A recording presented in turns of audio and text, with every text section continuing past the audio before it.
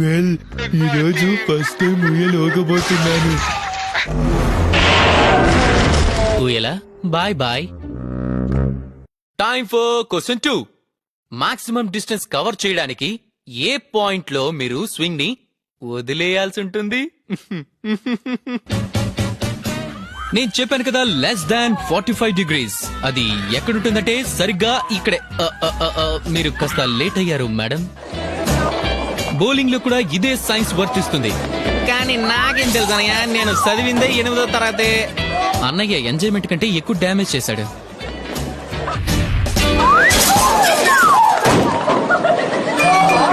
బాబు red చెడ్డి, నువ్వు వాడికి help చేస్తున్నావా లేదా పడగొట్టడానికి ప్లాన్ చేస్తున్నావా? నాకైతే నువ్వు పడగొట్టేస్తావు అనిపిస్తుంది.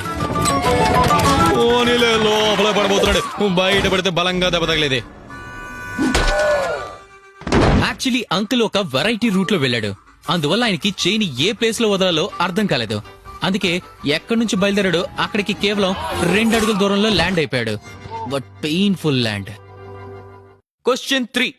స్వింగ్ పైనున్న మాస్ పై ఎలాంటి ఫోర్సెస్ పడతాయి? సై